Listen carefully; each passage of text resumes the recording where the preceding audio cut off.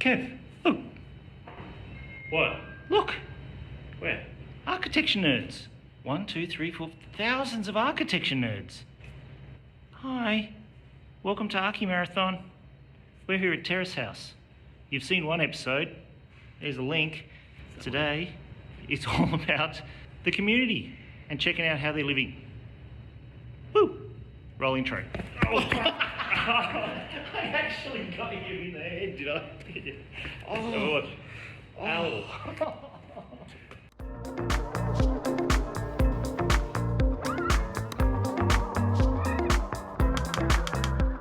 Welcome to Terrace House, Kev. It looks strangely familiar. He's rained down from heaven. Oh, Stay hydrated. stay hydrated. Thanks. Where's mine? I'll come get one. Terrace House, 20 sustainable 8.1 star apartments, 3 commercial spaces. And this is where people hang out at the entry gate, bench seats on each side, chalkboard so everybody can leave lovely messages to each other. But Kev, I love you. And the bike stacks. So what's really important here, Kev, is that we make sustainable transport as easy as possible to use. So we've deliberately put the bikes right near the entry so that you can just grab them and take them. You don't have to bring it out of a basement or anything like that. And then what we do is we wander through off Saxon Street, cute little street, and then into this central courtyard where it's the main circulation and light through the middle of the whole building. I'm going to put this down. Let's check out some apartments. This is the fire stair. So we've deliberately put the fire stair where you can see it and you turn your back onto the lift. So that means that people naturally start to use the stair, keep fit, instead of jumping in a lift all the time. But because it's just a simple old concrete fire stair, one of the amazing residents, Griff, has done a beautiful artwork on every single level of the stair. And guess what they got on level 1? A disco ball. So you get some amazing lights spinning around during the day. Oh, absolutely. When the sun hits it, it's such a delight. And it not only fills this space, it actually reflects upwards as well. Griff's even done his own bit of chalk work as well. There's chalk all around the building. So kids like Griff, and there's also little kids, have just graffitied, and we love it. Right here, next door, there's a building that's about to start construction. It's by 6 Degrees Architects. James Legg is leading that one.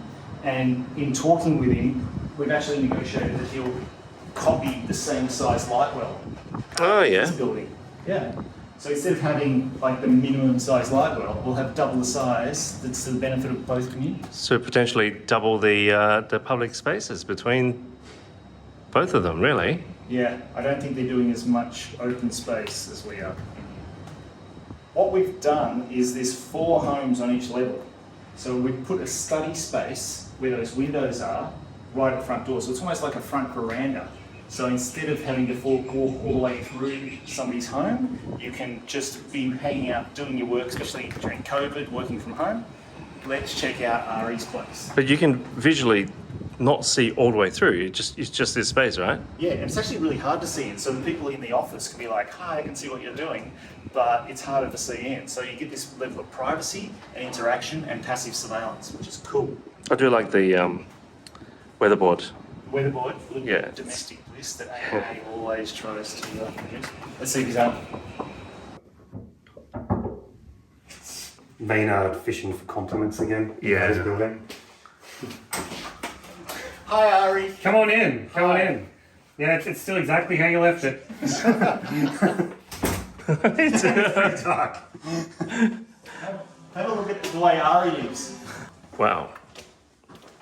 So, Ari's living like a vampire at the moment. He is a vampire.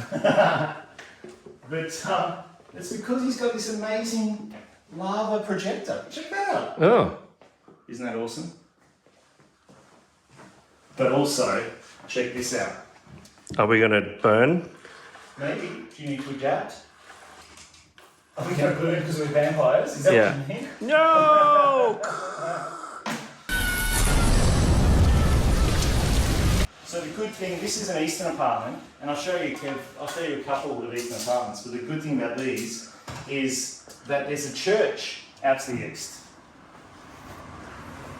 Which means that can never be built out. There won't be like a huge apartment building or offices. It's always going to be that church. And at night time, it's beautifully lit. So everybody that lives on the east side of the building has an amazing church to look at. Cool.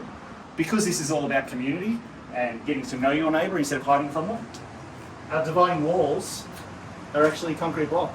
We were slowly growing plants over it, and right next door is Rae.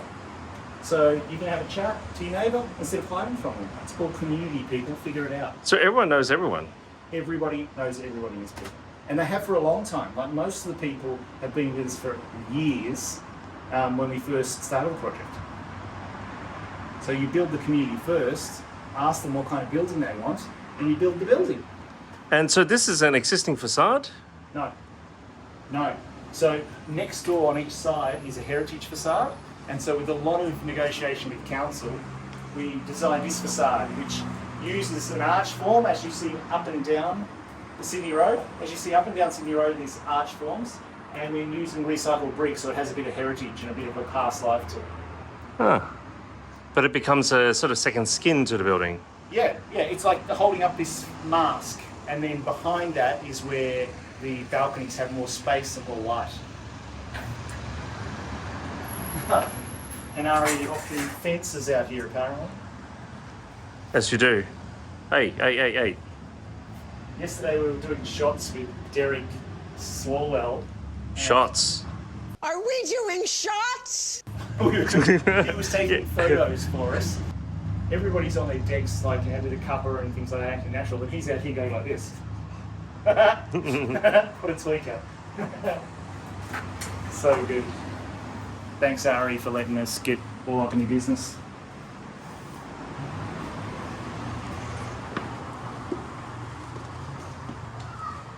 Good thing about the kitchens is mirrored splashback. So you actually get a reflection of natural light and garden instead of just doing a solid splashback. And big kitchens and simple and white, so people just get to impose their life onto it. Do you? Like dirty dishes. Thanks for giving me some forewarning that this was happening. We want it naturally. Yeah. We don't script anything here in Archimarathon. Cool thing about level 1 is the light wells are right up in your business. So look at. What do you mean right up in my business? Look, Ari's like making his music, and there's the garden right there. Everybody else has got, has to look right down into it. Yeah, it's awesome. And this is brand new, this garden. So imagine what it's going to be like once everything starts creeping up the concrete walls. It'd be jungle, man. Yeah. And so at the top of the light wells, we have misters. So the misters drop the temperature, the ambient temperature in here. It draws that air into the ERV units that then distributes it throughout the apartments, so lowering the apartments by about 10 degrees.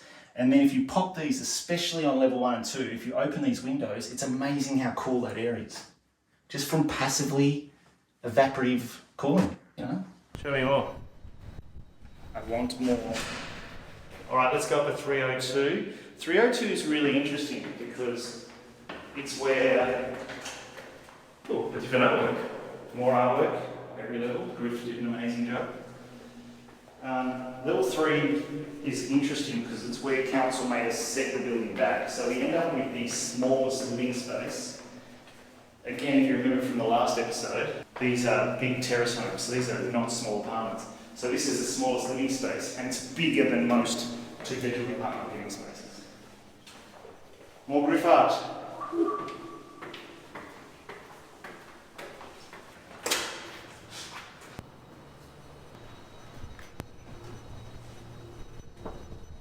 So this apartment, they've decided not to put a study in the front space, and it's basically just a place to take off shoes and to sort of chill out. So it's pretty easy. Hi, can we film in your...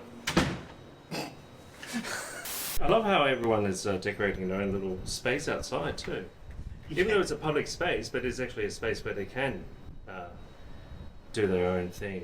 Yeah, and it's designed to be like their front veranda in an apartment style. The thing about this apartment is the owner's brother brought the daggiest thing he could find as a housewarming present. So it's like, here's a bronze horse because I'm your brother and I want to make you look ridiculous. I love that. I think we're allowed in. Let's see. So similar space over here. Yep, similar space. 2 bedrooms. We're on level 3, so do you want to have a look in here? Sure. Level 3, so good sized bedrooms, massive amounts of storage, and then a huge amount of light coming down. But unlike Ari's, you don't have the garden right there. Garden's way down there somewhere. Yeah, but you get a nice amount of natural light.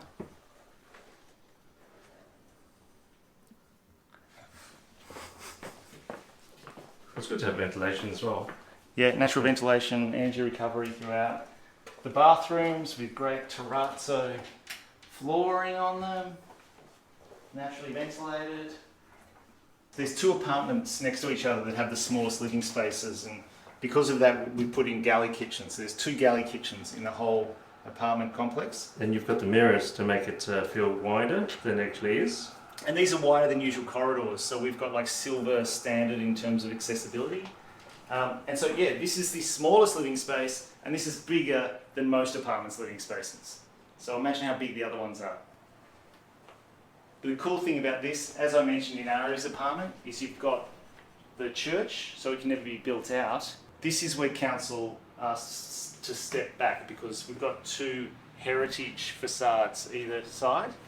So they wanted us to match those facades and then step it in, which means that this is the one condition where you end up with a huge balcony, glass right on the edge of the building instead of set back in, and then there will never be any building here because that's heritage, nor any building on the other side. So that means that on level 3 it's 180-degree view that will never be built out.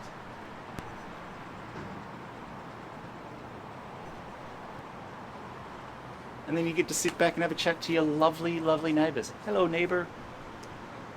And stuff like this, Kev. Look, why defend from your neighbours? Yes.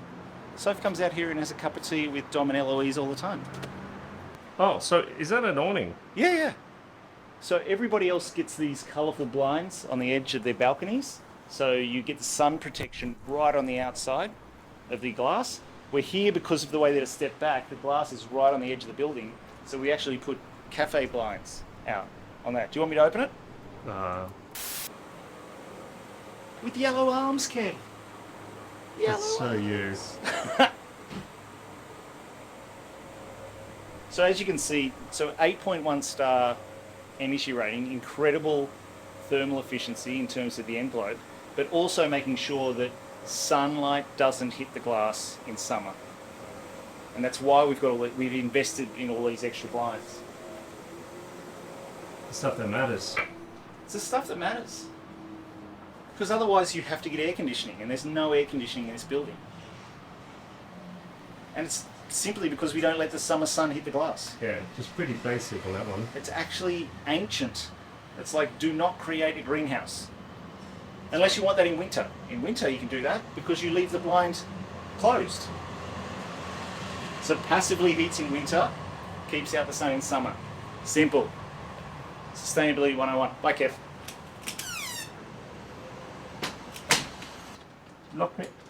You locked me out, you bitch. You locked me out. Let me in.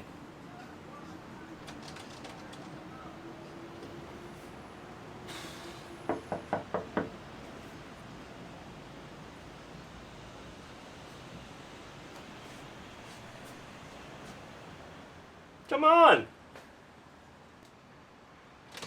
Only so the neighbours don't have to listen to you complain. I don't know whether your camera's going to pick this up, but one of the best things about building a thermally efficient building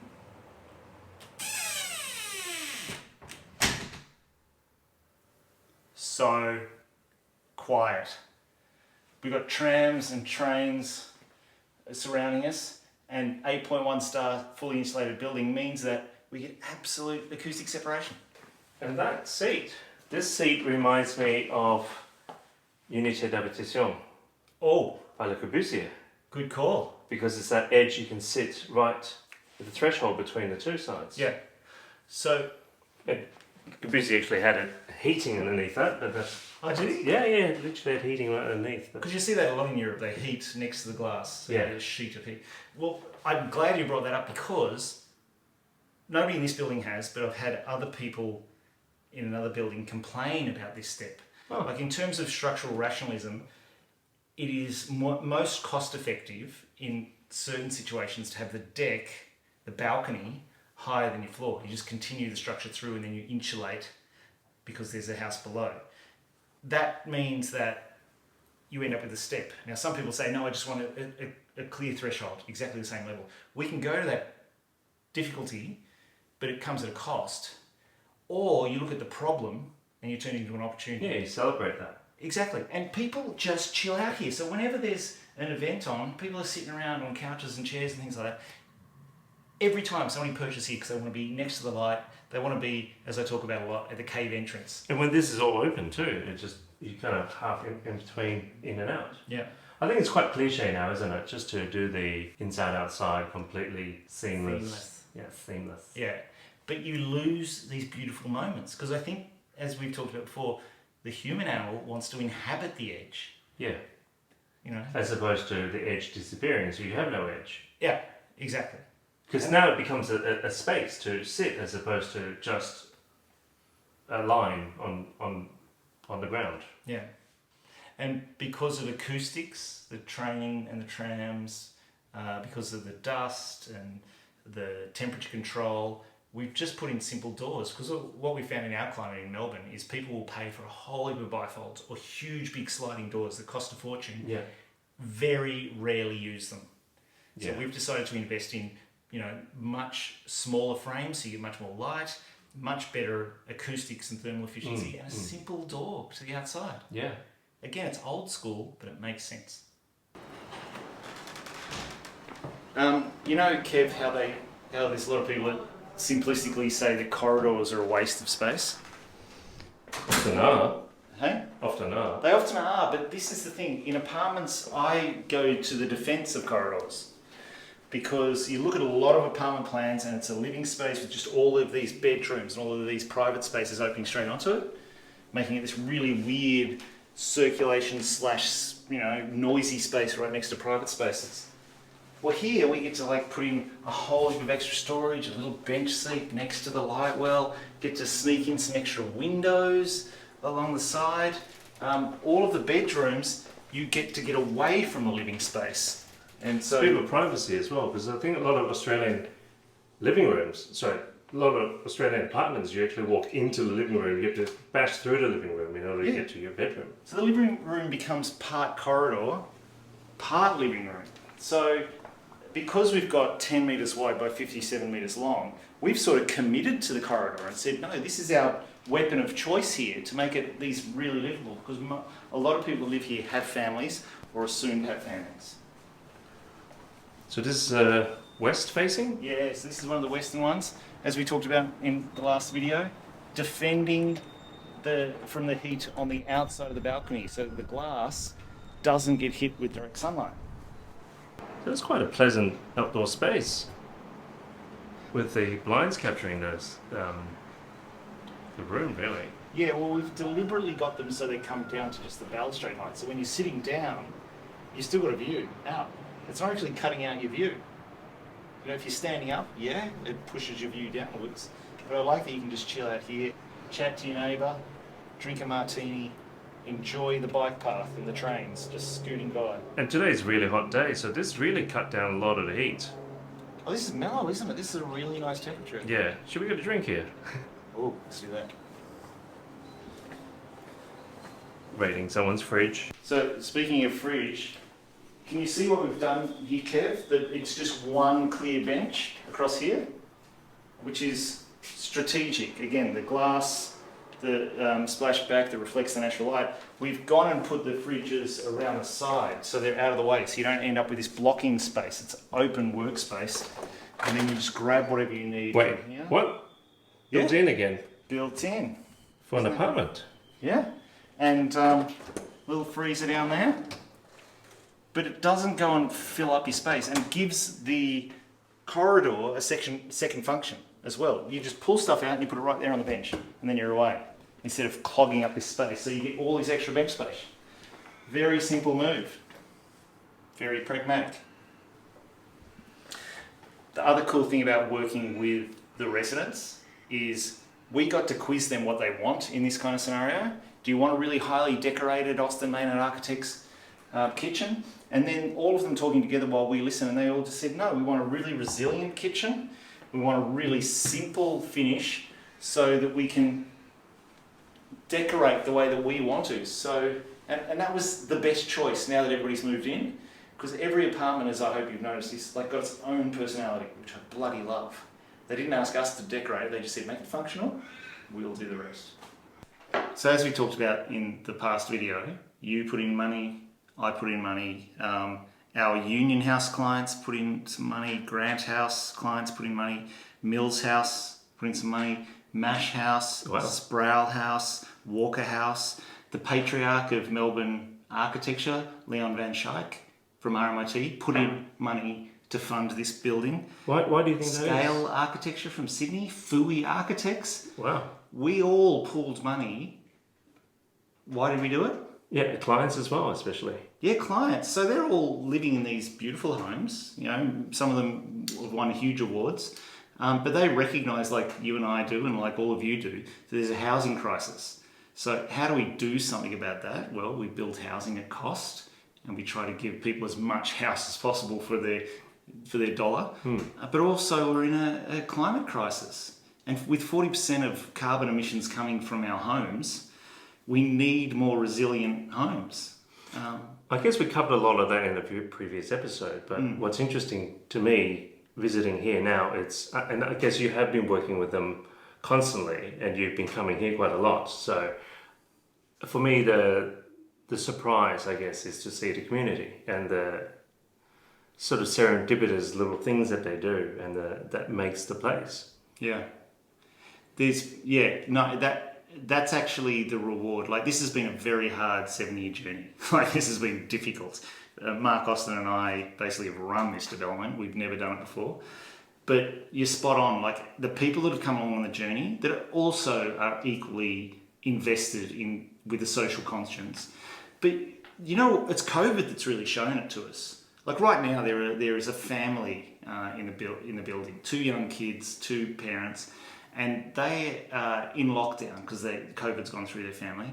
And to see the way the building's rallied around them, there's already been other COVID outbreaks in the building, and the way that they've made sure they've locked themselves down to protect the community, but then the way the community delivers them what they need, looks after them, has chats between the levels. Like, this stuff is easy to imagine, but to actually see it in action is amazing. What do you think makes that happen? I think it's about getting your ego in check. Like, it's interesting when we started this how much our first designs were very decorative. But then talking to people, it was just like, honestly, I have a young kid, I've got another one on the way, I just want a hard-wearing home that has lower energy prices, lower running costs, and is not going to fall down, not going to leak. Like, so can you make me a resilient home? And so that was great for Mark, Austin and I. You know, we've done some very beautiful houses. This is beautiful, but in a really sort of raw way. So we've done that because we've engaged with the community. We've done what architects kind of are meant to do, which is to service their community. And so it means that this is far less detailed, opulent. It is raw. I think that's the word. I think anyone watching will see, it seems quite raw. The bones are quite raw, but having said that, though, I think it does have a very, very specific strategy in the way that you deal with spaces and dividing spaces that allows for people to inhabit those spaces.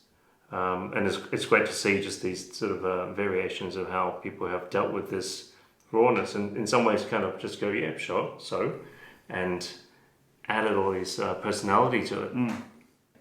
And it invites that, having that rawness. You can either retreat from it and go, oh, I don't want to deal with that, or you embrace it and say, this is our collective home. And you can just see the community slowly embellishing it adding plants, adding art. And it's so much fun to work. How is it different from other projects that, any mass housing, there will be eclecticism that everyone's just different and that's how they furnish their place. How do you think this is different? I know it feels different. There's a vibe. The vibe of the thing is very different. I'm just trying to pinpoint it myself.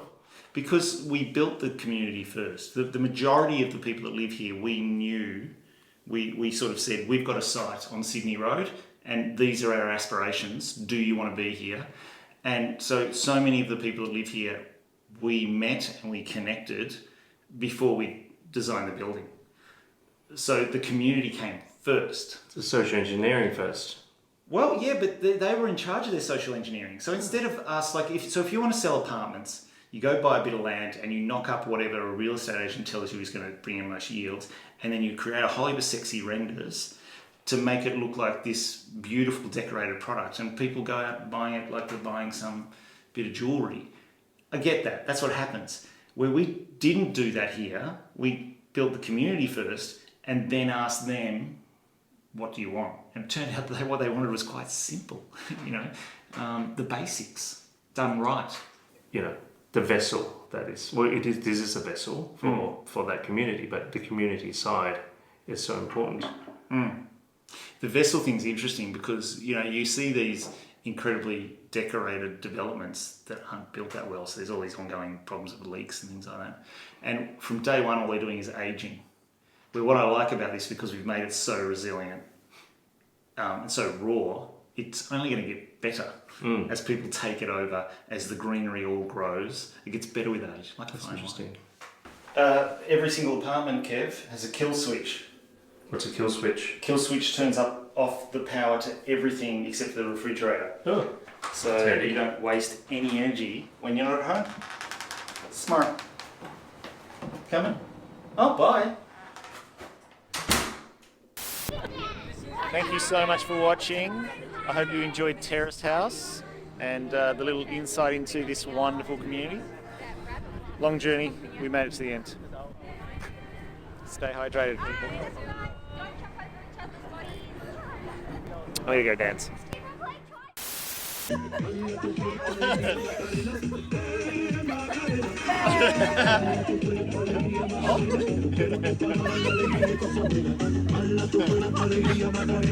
White people dance!